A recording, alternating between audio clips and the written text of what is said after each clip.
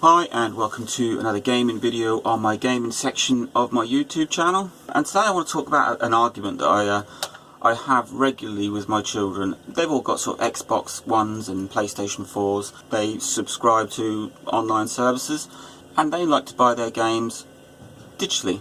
Whereas I'm very old school, I'm very retro. I like to have something physical because I don't trust online services. If I buy a DS game, it's mine. It sits on my shelf and I keep it. Same with things like PlayStation games, Dreamcast games. They are there to be kept. Whereas on your Xbox Game Pass or whatever it is, Xbox One store, and the same with the PlayStation store. Yes, you might buy them. You might have them on your system. But first of all, they're tied to just you, so you can't share them with anyone else. And if for any reason Sony revokes or Xbox revoke your account, you've lost everything, and you do not own these games.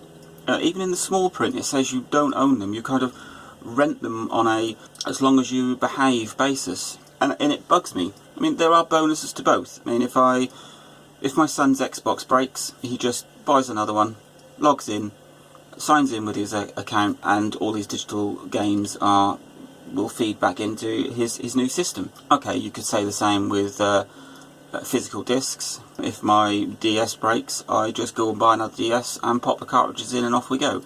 I've always been one for physical, in your hand media. I did read a story recently about DS and 3DS games and some of the newer cartridge based systems. I think the Switch was also included in that. That they've changed the way that the chips that they're used in them, so they've only got a life expectancy of about 20-30 years, and even some Pokemon games have already started to, Pokemon DS or 3DS games have started to die.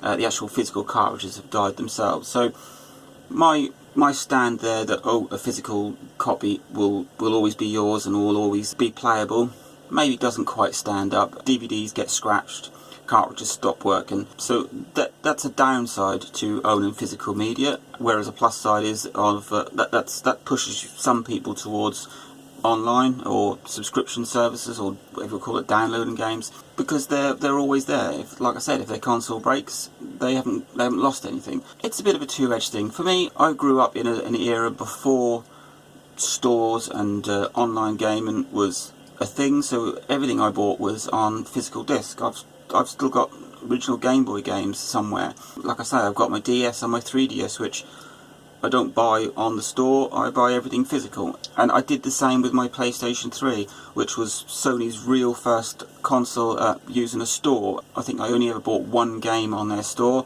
and that's because you couldn't buy it physically. Everything else was on a disc, and that's what I preferred.